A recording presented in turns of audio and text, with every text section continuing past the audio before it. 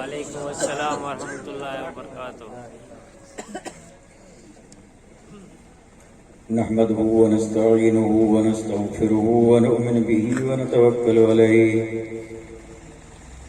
ونعوذ بالله من شرور أنفسنا ومن سيئات أعمالنا من يهده الله فلا مضل له ومن يضلله فلا هادي له ونشهد أن لا إله إلا الله وحده لا شريك له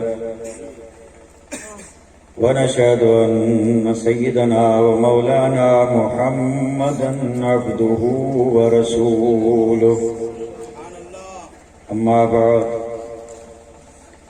أعوذ بالله من الشيطان الرجيم بسم الله الرحمن الرحيم والذي جاء بالصدق وصدق به أولئك هم المتقون آمنت بالله صدق الله مولانا العظيم وصدق رسوله النبي الكريم ونحن على ما قال من الشاهدين والشاكرين والحمد لله رب العالمين كما قال الله تبارك وتعالى في عظمة شان حبيبه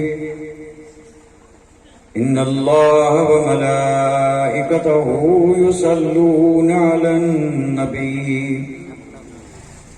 يا أيها الذين آمنوا صلوا عليه وسلموا تسليما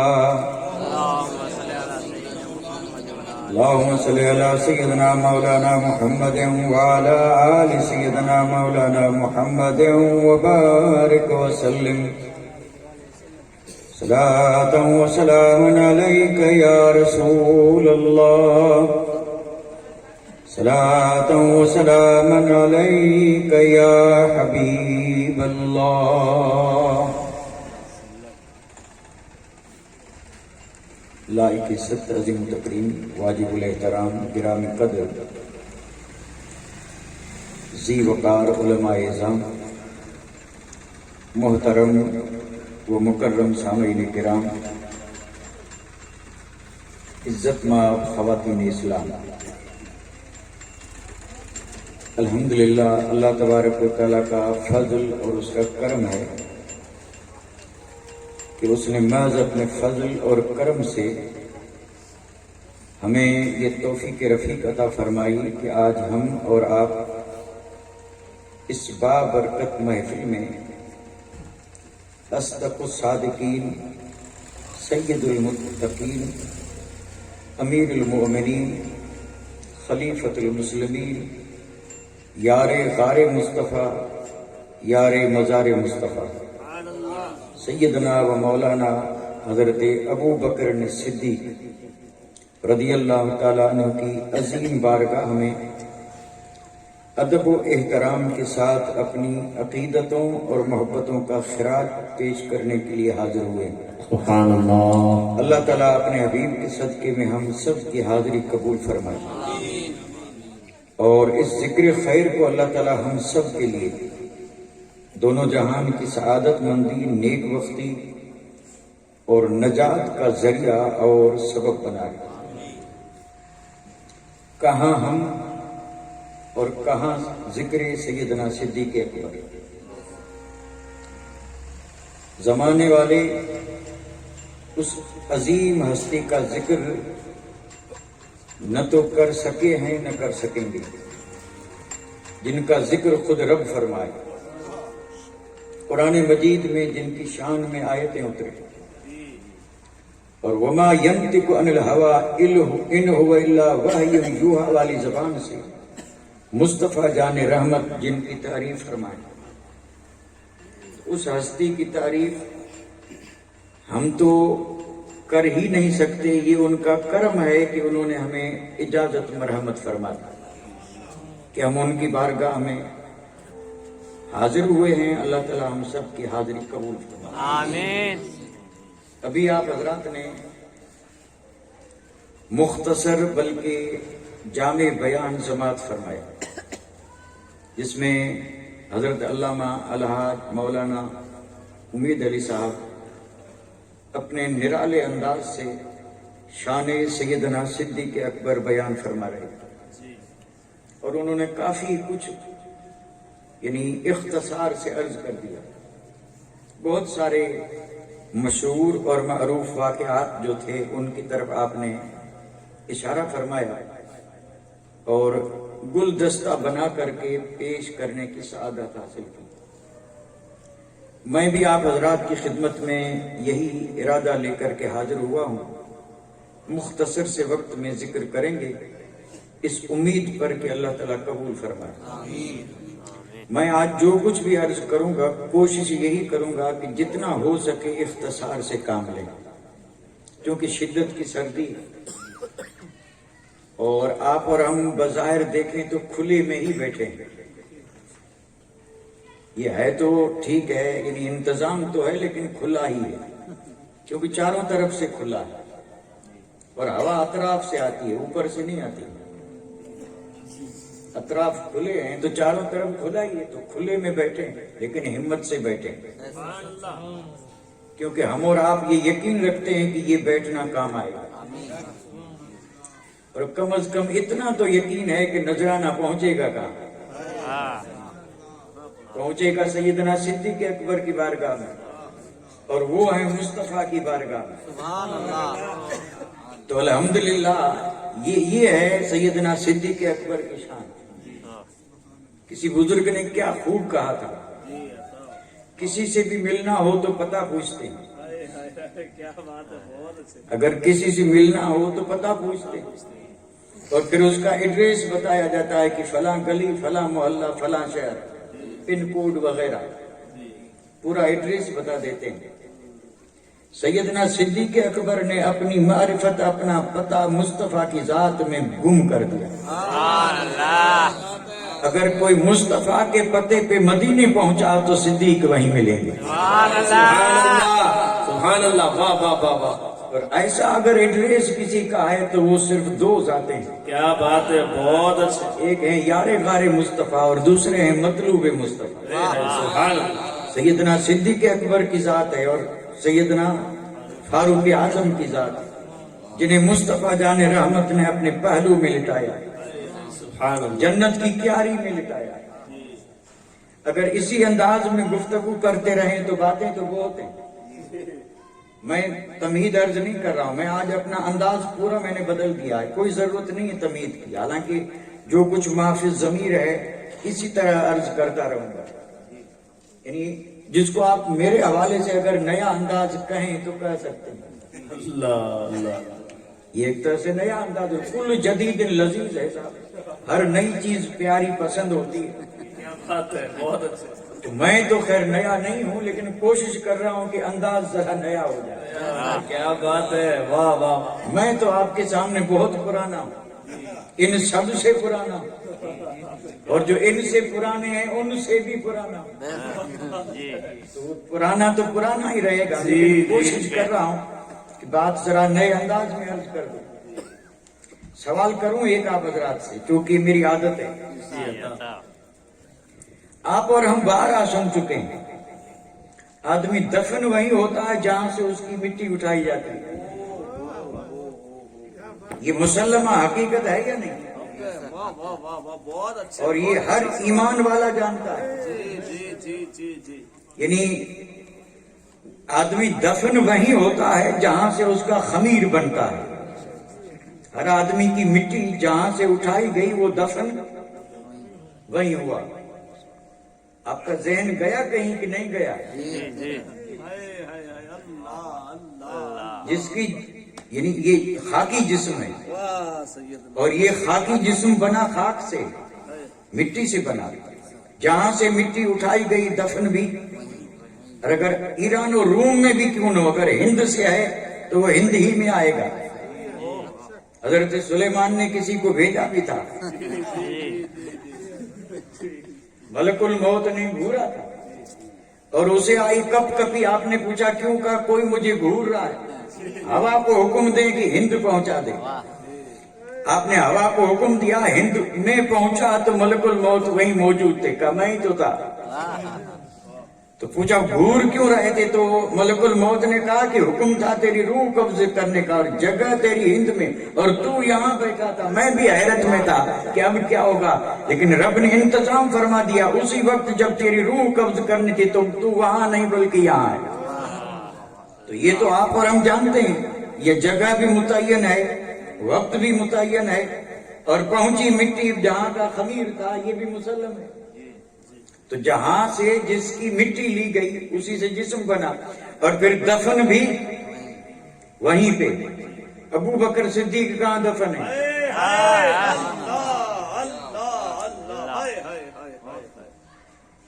سیدنا صدیق اکبر کہاں دفن ہے؟ آپ کے ذہن میں جواب تو آ چکا ہوگا، جنت کی کیاری میں۔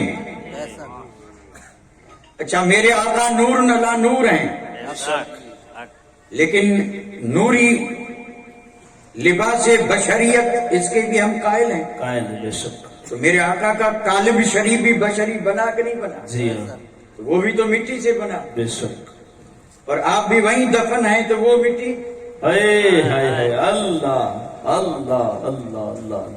اچھا، فاروق اعظم بھی وہیں دفن ہیں تو ان کے جسم کی مٹی۔ ہائے ہائے ہائے ہائے ہائے ہائے ہائے تو ہائے۔ پھر جدا کرنے والے ذرا سوچ کر کے بولا کریں، اللہ جن کا پاک خمیر ایک ہے، نہ وہ آج جدا ہے نہ کل جدا ہے۔ سبحان اللہ، نعرہ تکبیر، نعرہ رسالت، جشن سیدنا صدیق اکبر، گلی گلی نگر نگر۔ بہت اچھے بہت اچھے۔ ثابت یہی ہوا کہ جس پاک مٹی سے میرے آقا کے جسم پاک کو بنایا گیا، مفسرین کرام نے لکھا ہے کہ اس سے جو مٹی بچی اسی سے ابو بکر کا طالب بنا، اسی سے عمر کا طالب بنا۔ سبحان اللہ سبحان اللہ۔ اسی مٹی سے بنا۔ اور یہ میں کوئی زبانی زور نہیں ہے، بالکل متحقق بات عرض کر رہا ہوں، اور یہ جو عرض کر رہا ہوں یہ دلیل ہی تو ہے، دعویٰ تھوڑے ہے۔ میں جو عرض کر رہا ہوں یہ پوری دلیل ہے۔ اب اس سے انکار کون کرے گا؟ جہاں سے مٹی لی گئی وہیں تو دفن ہوگا۔ تو ابو بکر جہاں دفن ہوئے ہیں، مصطفیٰ بھی بظاہر وہیں دفن ہے، تو وہ مٹی ہی تو ہے۔ اب آپ اگر مجھ سے یہ سوال پوچھیں کہ کیا وہ مٹی ایسی ہے تو مٹی، لیکن عام انسانوں کے جسم جس مٹی سے بنے کیا وہ مٹی بھی ایسی؟ تو ایمان والے یہ کہیں گے نہیں، وہ مٹی ایسی نہیں ہے، وہ مٹی جنت کی ہے، کیونکہ صرف وہی ایک جگہ ہے جس کا نام ہے جنت کی کیاری۔ جنت کی یار جب وہ جنت کی کیاری ہے تو پھول بھی جنت کے ہیں، جنت کے واہ واہ واہ، سبحان اللہ سبحان اللہ، واہ واہ۔ جنت کی ہے۔ ظاہر بات ہے جنت کی مٹی سے بنے ہیں تو جنت کی مٹی ہی میں آرام فرما ہے، اور یہ ہے شان سیدنا صدیق اکبر کی۔ سبحان اللہ۔ اچھا، ایک بات پھر ذہن میں آ گئی،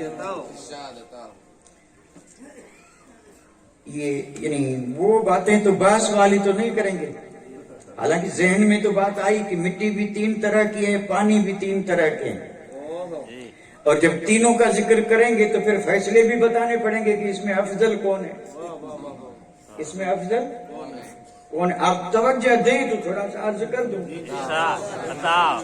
پانی 3 ہے یا نہیں؟ ایک کا نام ہے زمزم، دوسرے کا نام ہے کوثر، تیسرا وہ پانی جو گھائیوں سے نکلا۔ گیا ذہن کہ نہیں گیا؟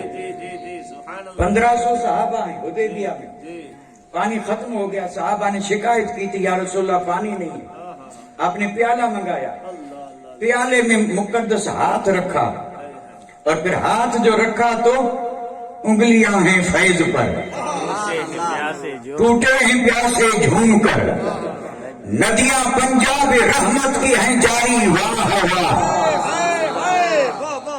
اب یہ جو میرے آقا کے مقدس جسم کی گھائیوں سے پانی نکل رہا،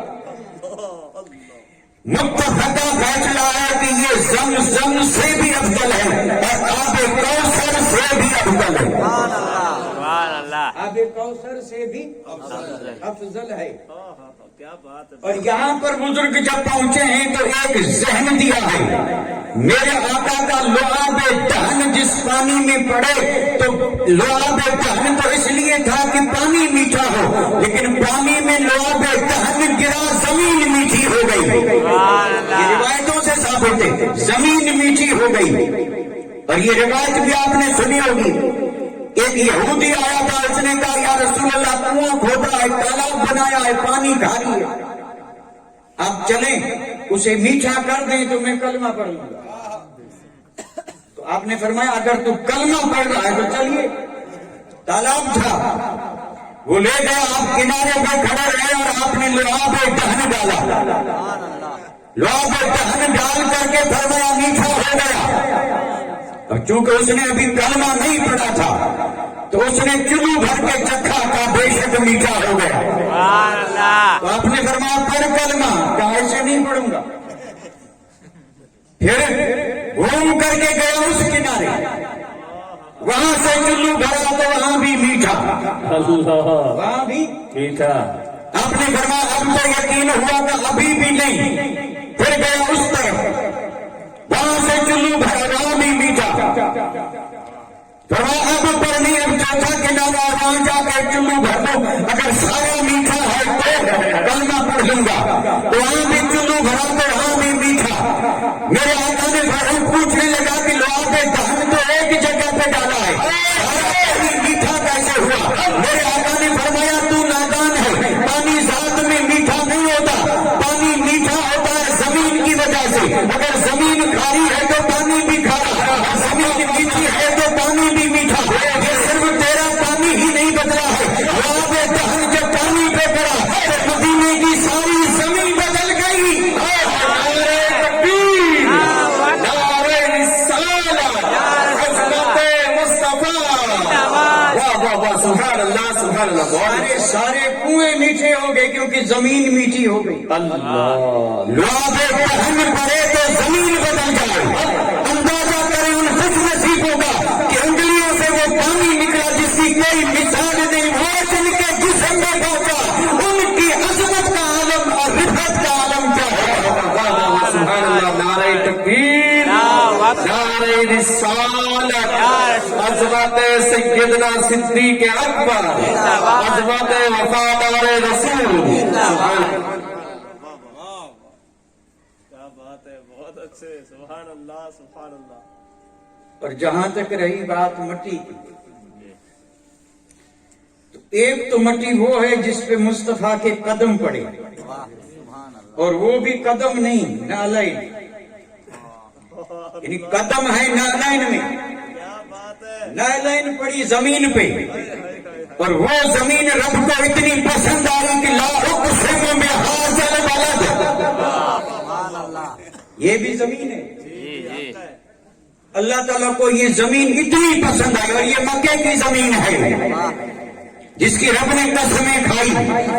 اور علماء تو اس پہ بہت کچھ بیان کرتے ہیں، کافی وقت لے لیتے ہیں، میں چاہوں تو لے سکتا ہوں، لیکن وقت ہو تب نا، یہاں تو ہے ہی نہیں تو کیا لیں گے، یہاں تو پالے سے ہی کم ہے۔ یعنی شہر مکہ، اور اللہ تعالیٰ نے اس زمین کی قسم کھائی، تو بتاتے ہیں کہ کیوں قسم کھائی، تو جواب دیتے ہیں اس لیے نہیں کہ وہاں بیت اللہ ہے، اس لیے نہیں کہ وہاں صفا مروہ ہے، اس لیے بھی نہیں کہ وہاں چائے زمزم ہے، اس لیے بھی نہیں کہ وہاں پر کیا عرفات ہے، وہاں منی ہے، مزدلفہ ہے، اس لیے نہیں، تو پھر کس لیے؟ انت حل بہذا البلد، رب نے قسم اس لیے کھائی کہ محبوب اس پہ تیرے قدم پڑے۔ یہ میں ایک انداز سے ترجمہ کر رہا ہوں، لا اقسم بهذا البلد انت حل بهذا البلد، یعنی اے رب کے محبوب آپ جب مکۃ المکرمہ کی گلیوں میں خرامہ ناز چلتے ہیں تو جس زمین پہ آپ کے قدم پڑے رب کو وہ زمین اتنی پسند ہے کہ رب نے قسم کھائی. تو ایک تو زمین یہ ہے جس کی رب نے قسم کھائی، اور دوسری مٹی وہ ہے جس سے مصطفیٰ کا جسم بنا، اور تیسری مٹی وہ ہے جہاں آج آرام فرمائے. تو ہے تو سب مٹی، اب اس میں افضل کون؟ یہ مٹیاں ہیں، اس میں افضل کون؟ تو اس میں کسی کا اختلاف نہیں کہ جہاں میرے آقا آج آرام فرما رہے ہیں وہ جگہ، وہ مٹی کا حصہ عرش اعظم سے بھی افضل ہے. جہاں میرے آقا آرام فرما رہے ہیں وہ حصہ عرش اعظم سے بھی افضل ہے. تو ابو بکر کا آرام کر رہے ہیں، حضرت عمر کا آرام فرما رہے ہیں. اندازہ فرمائیں، شان سمجھنے کی کوشش کریں، اور یہ عظمتیں ملی ہیں مصطفیٰ کے صدقے میں، کیونکہ لاہ رب العرش جس کو جو ملا ان سے ملا.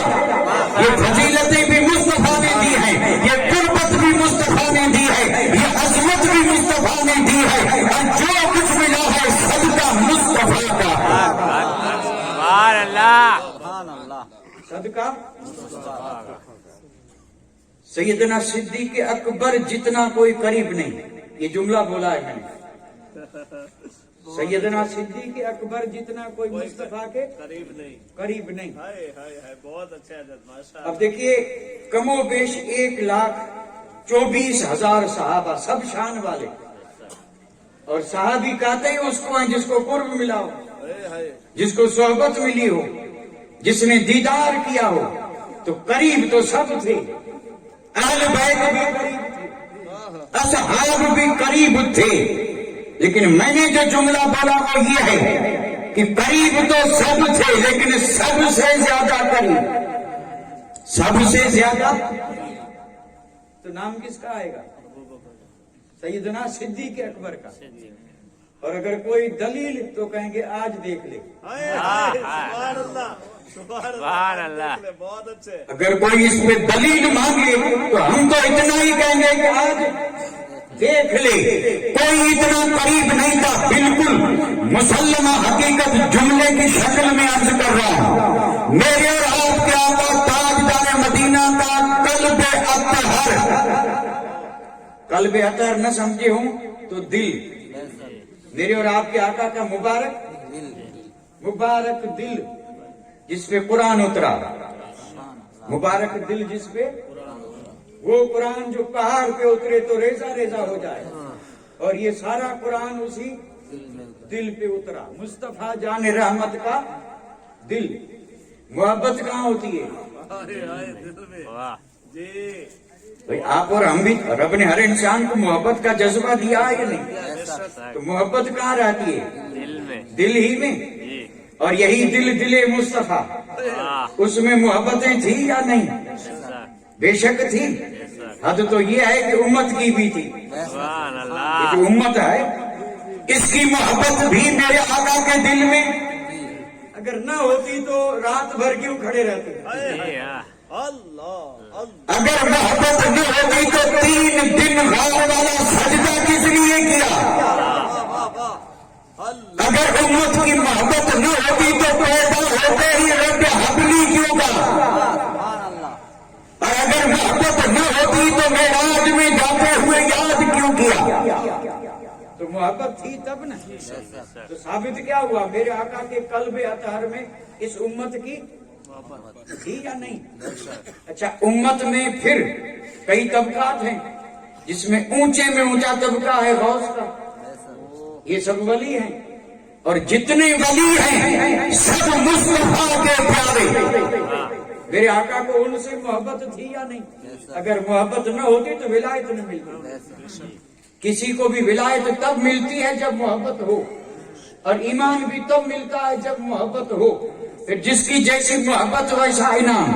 تو سارے ولی بھی مصطفیٰ کے پیارے. اولیاء کے بعد مقام آتا ہے صحابہ کا، تو سارے صحابہ مصطفیٰ کے پیارے یا نہیں؟ اہل بیت پیارے ہیں یا نہیں؟ تو اتنے سب جب پیارے ہوئے تو سب سے پیارا کون؟ یہ تو ہیں سب، لیکن ان سب میں سب سے زیادہ مصطفیٰ کا پیارا کون؟ تو جواب سماعت فرما لیں، جی اور میں بالکل یعنی مدلل بات عرض کر رہا ہوں، بالکل مدلل، سب پیارے، لیکن سارے پیاروں سے زیادہ مصطفیٰ جان رحمت کو اپنا رب، اللہ کے محبوب کو رب کی ذات سے زیادہ کوئی پیارا نہیں تھا۔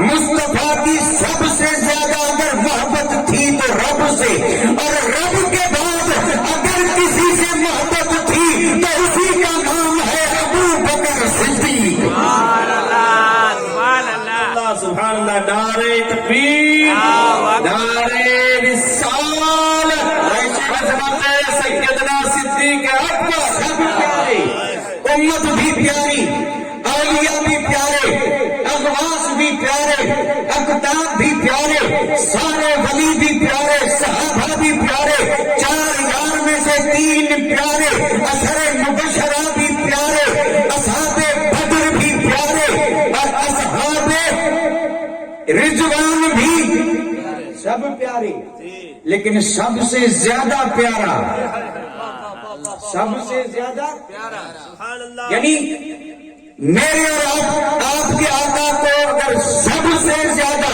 پیاری ذات تھی تو رب کی، اور رب کے بعد ابو بکر صدیق۔ سبحان اللہ، آپ چاہیں تو میں دلیل دے دوں، لیکن چونکہ دلیل ذرا بھاری ہے میں صرف عرض کر دوں گا، وضاحت نہیں کروں گا۔ اس کی بھی دلیل موجود ہے اور یہ حقیقت ہے، اس میں یہ کوئی بناوٹ نہیں ہے، کیا بات ہے، سبحان اللہ، بہت اچھا۔ اس میں ذرہ بھر بھی بناوٹ نہیں ہے۔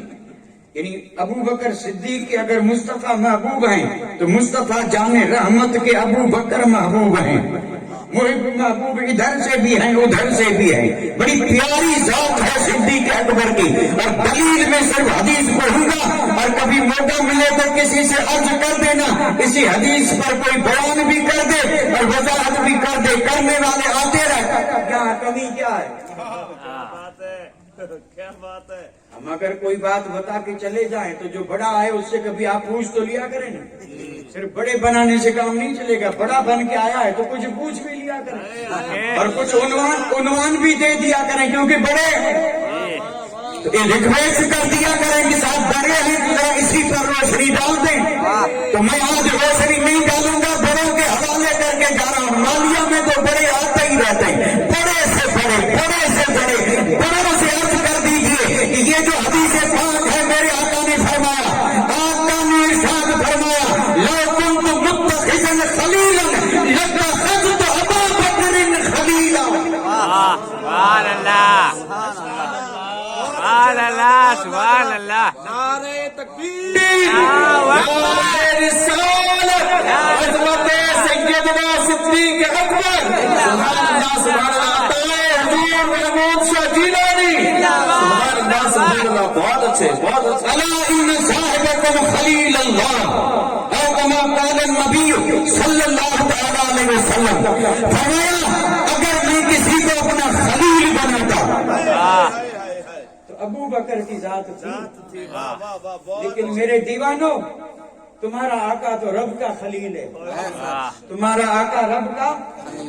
اب یہ بات کیسے سمجھ میں آئے؟ تب سمجھ میں آئے جب یہ سمجھے خلیل کسے کہتے ہیں اور کوئی خلیل بنتا کیسے ہے، تب سمجھ میں آئے گا۔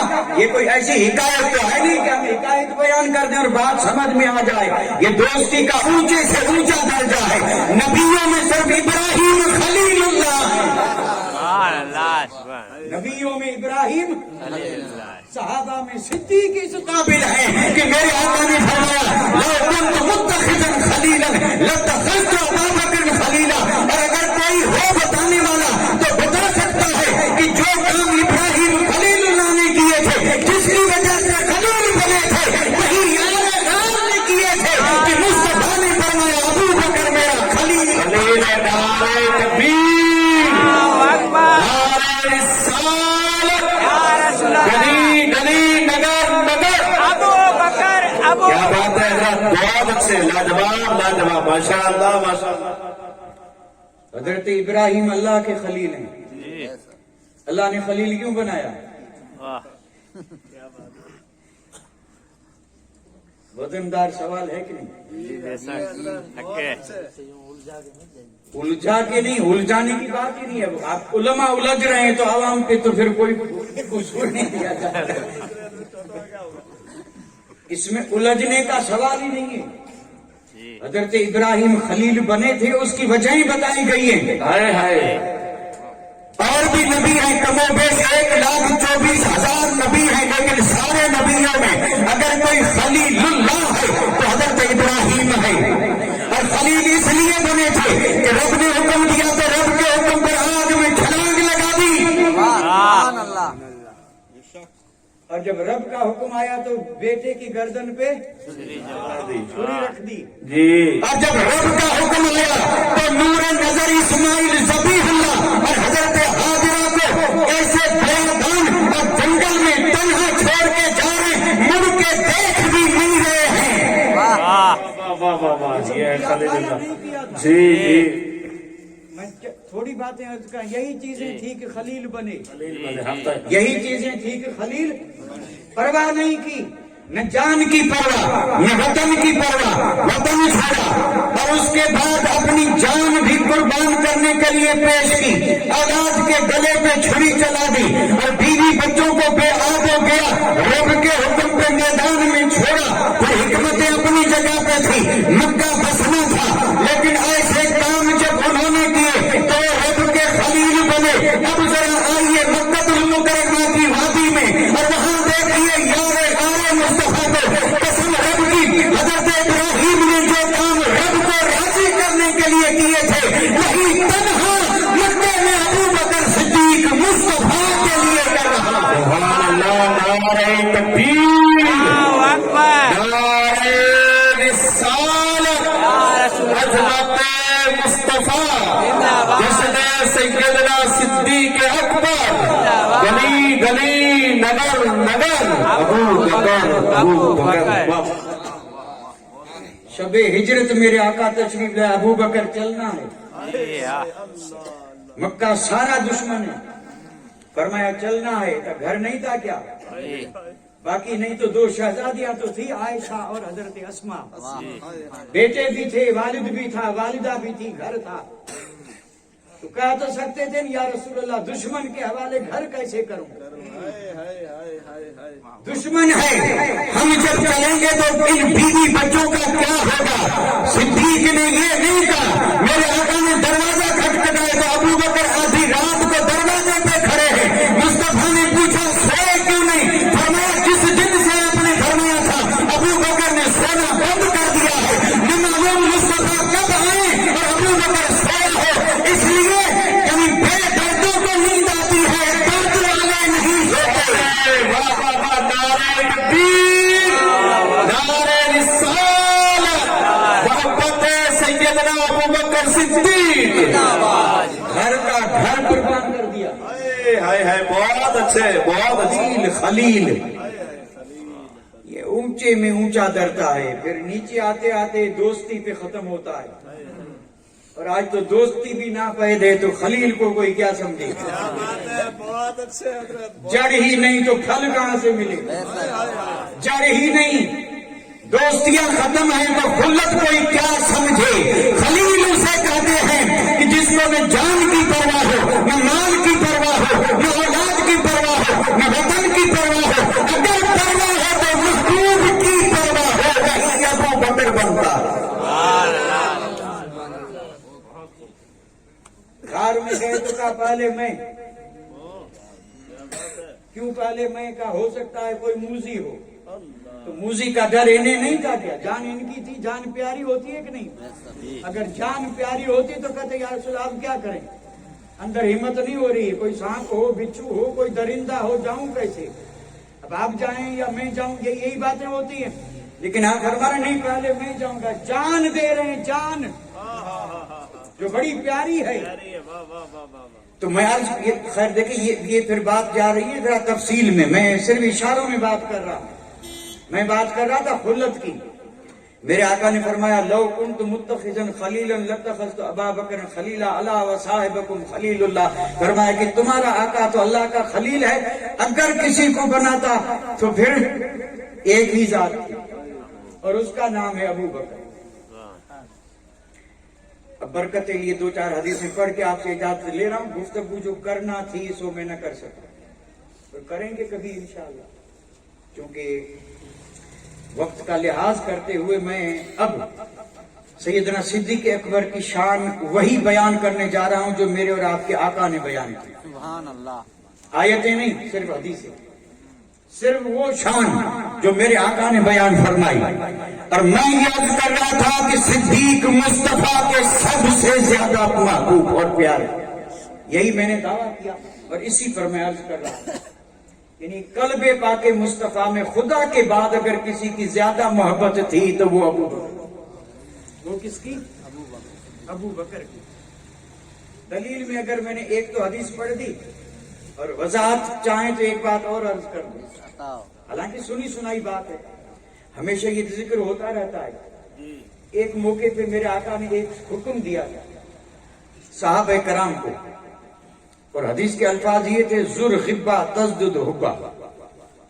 فرمایا صحابیوں ایک دن بیچ میں رکھ کے ملا کرو، ایک دن بیچ میں رکھ کے ملا کرو، اس سے محبت بڑھے گی، حکمتیں اور بھی ہوں گی. اب حکم تو صادر ہو گیا، حکم صادر ہو گیا تو پہلے تو صحابہ نماز پڑھ کے بیٹھتے، اب کوئی نہیں بیٹھ رہا. نماز پوری ہوئی صحابہ نکل گئے، نماز پوری ہوئی صحابہ نکل گئے. مثلا ظہر کی نماز میں صحابہ آئے، حکم ہو چکا تھا کہ بھئی آج بیٹھنا مت، دیدار کے لیے رکنا مت، ایک دن دیدار مت کرو، دوسرے دن دیدار کرنا. بڑی مشہور روایت ہے، اس میں حضرت ابو ہریرہ کا واقعہ بڑا مشہور ہے. میں اس واقعے کی طرف نہیں جا رہا ہوں، بنیادی بات عرض کر رہا ہوں. فرمایا کہ نماز پڑھ کے اور چلے جایا کرو، دیدار کے لیے دوسرے دن بیٹھنا، ایک دن نہ بیٹھا کرو، اس سے محبت بڑھے گی. نماز پوری ہوئی، ظہر پوری ہوئی، صحابہ چلے گئے، کوئی بات نہیں. عصر پوری ہوئی، صحابہ چلے گئے، اور جب مغرب پوری ہوئی صحابہ جا رہے تھے تو میرے آقا نے فرمایا ظہر ہوئی، مغرب ہوئی، عصر ہوئی، ابو بکر آئے نہیں تھے کیا؟ خود ارشاد فرما رہے ہیں صحابیوں کہ ابو بکر ظہر میں نہیں تھے. تو صحابہ نے کہا تھے نہیں یا رسول اللہ؟ کیا ابو بکر عصر میں نہیں تھے؟ تو صحابہ نے عرض کیا تھے یا رسول اللہ. کیا مغرب میں نہیں تھے؟ فرمایا تھے. تو فرمان لگے تھے تو پھر میں نے نہیں دیکھا، کہاں سے نکل گئے؟ اب آئی عشاء. صحابہ جب آئے تو میرے آقا نے بلایا ابو بکر کو، فرمایا ابو بکر میں نے تجھے ظہر میں نہیں دیکھا، میں نے تجھے عصر میں نہیں دیکھا، مغرب میں نہیں دیکھا، یہ ہوا کیا؟ تو عرض کرنے لگے یا رسول اللہ آپ نے تو فرمایا تھا ذر خبا تزدد حبا، روزانہ دیدار نہ کیا کرو، محبت بڑھے گی.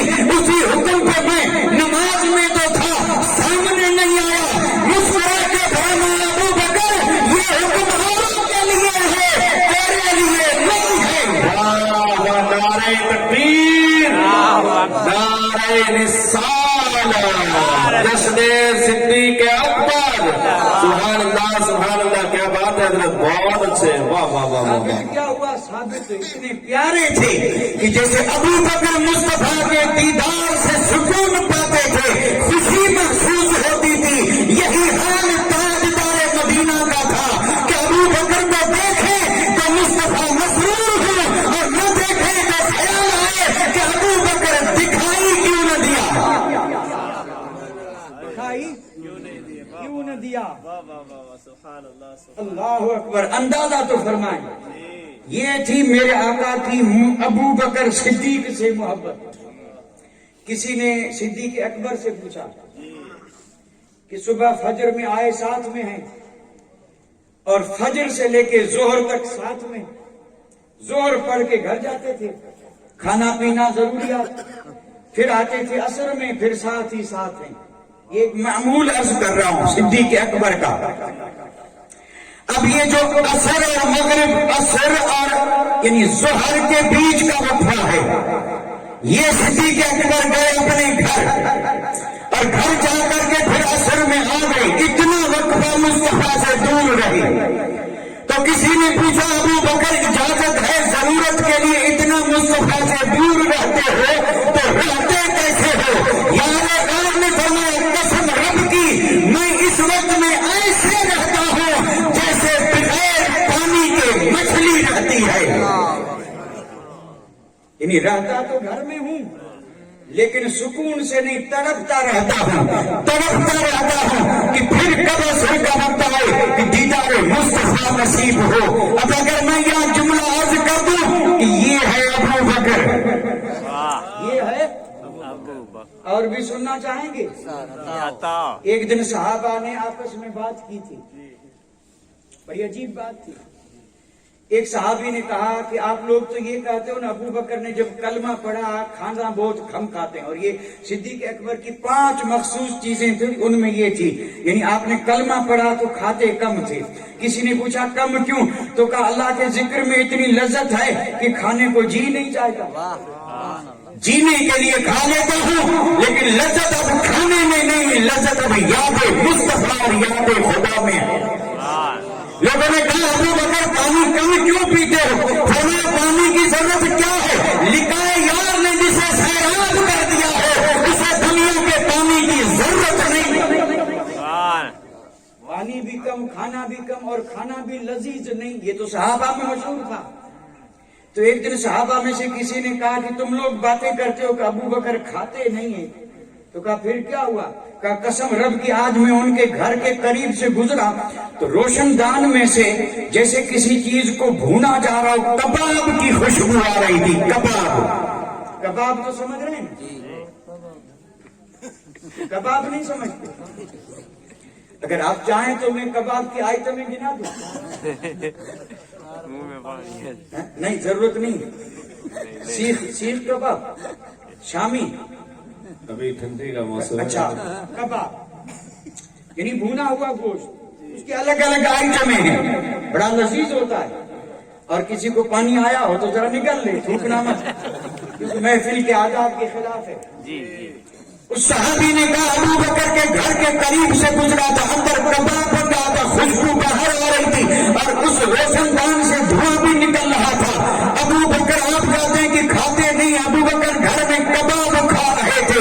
اور جب بات ادھر ادھر ہوئی، تذکرے ہونے لگے تو کسی اور کسی واقف نے کہا تھا نادانو قسم رب کی یہ کباب آہو نہیں تھا، یہ کباب بھز نہیں تھا. ابو بکر کے گھر میں کباب نہیں بن رہا تھا، ابو بکر کا دل جل رہا تھا. اس کے نبی میں ہوا بھی نکل رہا تھا اور خوشبو بھی آ رہی تھی.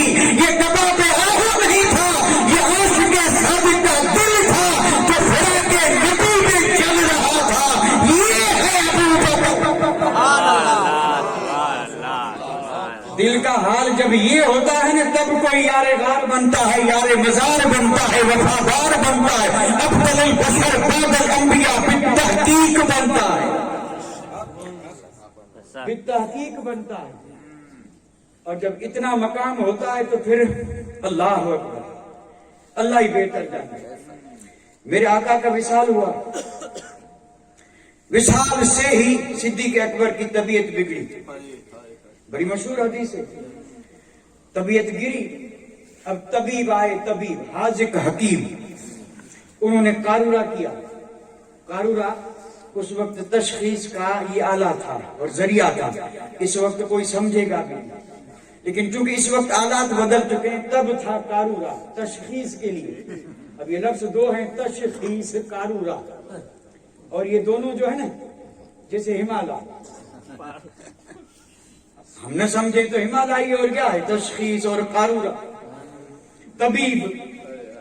طبیب آیا تشخیص کی قارورے سے، اور قارورے سے تشخیص کر کے اور اس نتیجے پہ پہنچا کہ بیماری نہیں ہے. بیماری تو کہنے لگے بیماری نہیں ہے تو کچھ تو ہوگا، ہے کیا؟ فراق کا درد. ان کے جسم میں کوئی بھی بیماری نہیں، ان کا کوئی جان سے بھی زیادہ محبوب ہے، اس کی جدائی ہو گئی ہے، اس جدائی نے اسے بیمار بنا دیا. اگر تندرست کرنا چاہتے ہو تو یہ معالجے علاج سے، دواؤں سے نہیں ہوگا. کوئی معجون نہیں جو صحت دے، کوئی صفوف نہیں جو صحت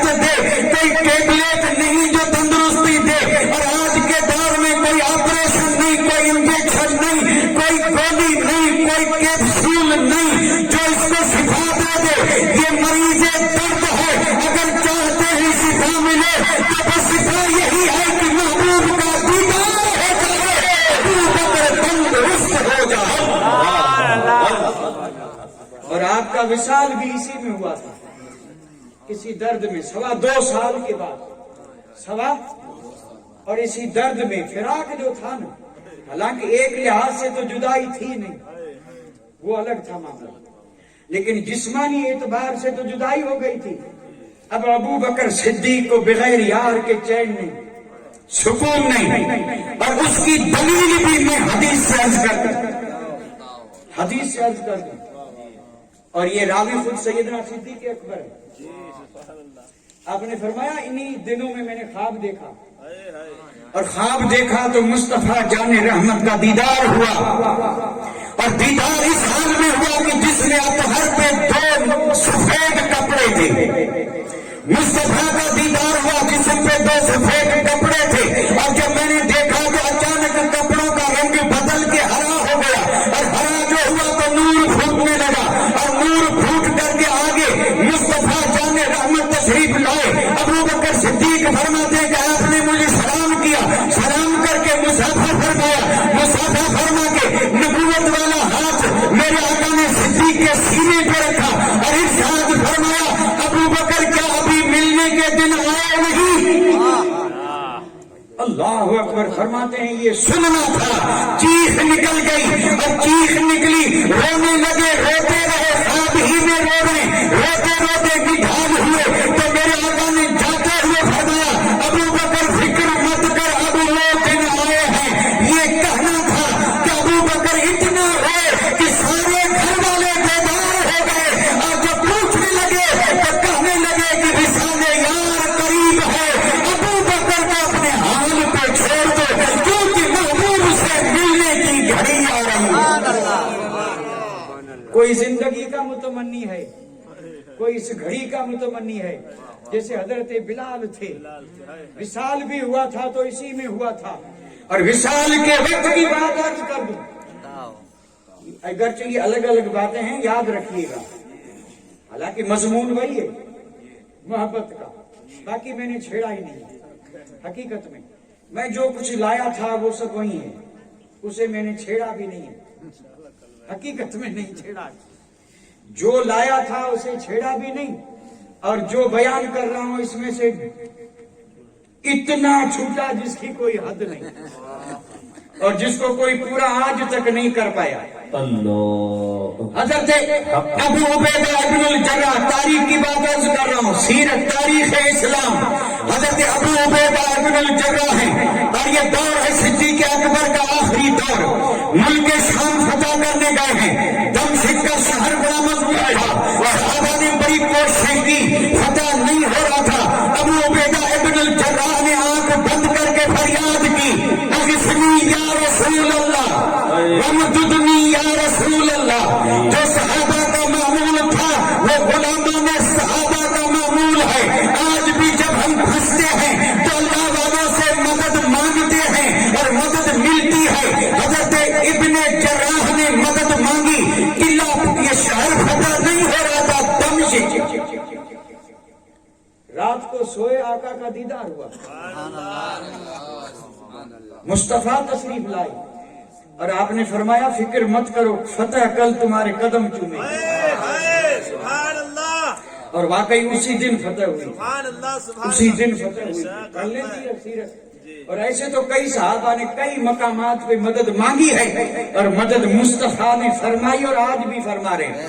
لیکن کوئی مانگنے والا ہو, صحابہ کا غلام, ایک ہو ایک, اندر ایک باہر ایک, 2 والے کو کچھ نہیں ملے گا, نہ ادھر کا نہ ادھر کا. اگر کچھ پانا ہے تو ذرا بدلیں, ایک ہو جائے بھائی تو سب کچھ ملے گا. اندر بھی مسلمان, باہر بھی مسلمان. اب ذرا کیا بیان کریں, بیان کرتے کرتے بات کہاں پہنچی. صدیق کسے کہتے ہیں, صدیق کسے کہتے ہیں؟ ہے کوئی جو مجھے جواب دے سکے؟ آپ تو تھک چکے ہیں، سردی بہت ہے اور میں تو چونکہ بول رہا ہوں اس لیے میری تو سردی بھاگ گئی نہ معلوم کتنی دور، پھر بہت زیادہ لگے گی لیکن بعد میں لگے گی، ابھی نہیں لگ رہی ہے، ابھی تو بھاگ گئی، مجھ سے تو بھاگ گئی، گئی کہاں؟ آپ کے پاس آئی اور کہاں جائے گی؟ صدیق جو ہے صدیق کسے کہتے ہیں؟ صدیق ذرا پہلے یہ بتا دو، پھر اسی بات کو عرض کر کے آپ سے رک سکوں گا۔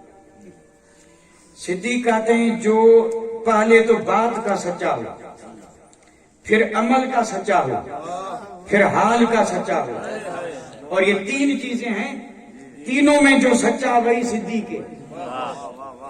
ہر آدمی تھوڑے سمجھے گا، یعنی قال کا سچا، افعال کا سچا، اندر کے احوال کا سچا۔